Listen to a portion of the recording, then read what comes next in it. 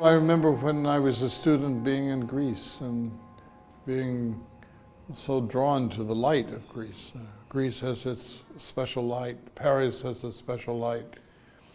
And I think artists are usually very sensitive to light, and it's often, you see it in their work. È con l'inconfondibile luce blu sfumata, elettrica e rassicurante allo stesso tempo, che Bob Wilson riporta al Piccolo Teatro Odyssey, la sua personale revisione dell'Odissea di Omero.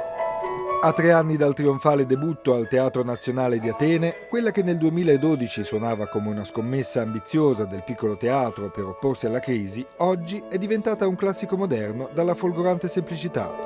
Una favola stilizzata in puro stile Bob Wilson, da scoprire, godere e amare. This is not the Odyssey you're going to get in a history book. It's something by a visual artist, and it's a visual poem. But we have to rediscover the classics. That's what the avant-garde is we're constantly rediscover what we're born knowing. Socrates said the baby is born knowing everything. It's the uncovering of the knowledge that's the learning process.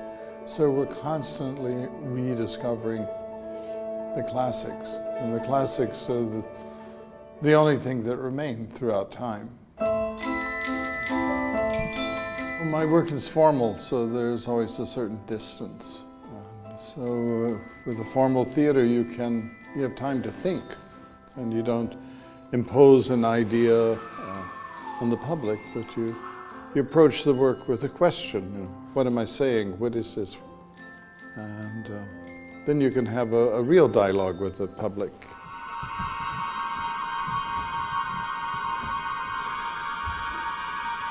I always told the actors that keep in mind that it could be there's a child sitting in the audience.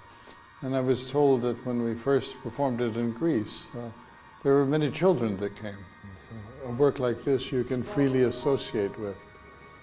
In some ways it's very different than the education in Europe, and which actually goes back to the Greeks and to Latin, which is based on events that happen because of a reason. You make an effect because of a reason.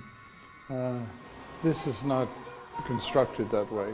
This is more Asians, more like Zen philosophy, so that ideas are presented to the public and they can think about them freely.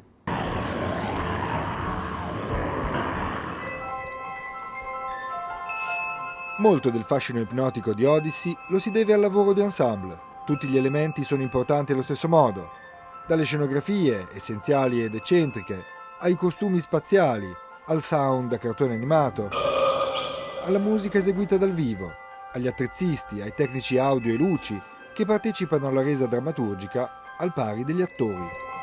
Una sinfonia che Bob Wilson dirige da maestro, rendendo lo svelamento della macchina teatrale un dispositivo magico che non crea distacco, ma al contrario emoziona.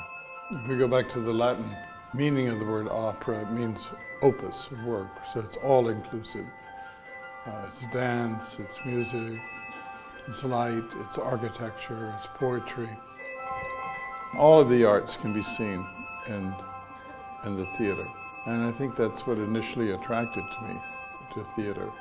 So often when we go to the theater, what we see is a decoration of a text.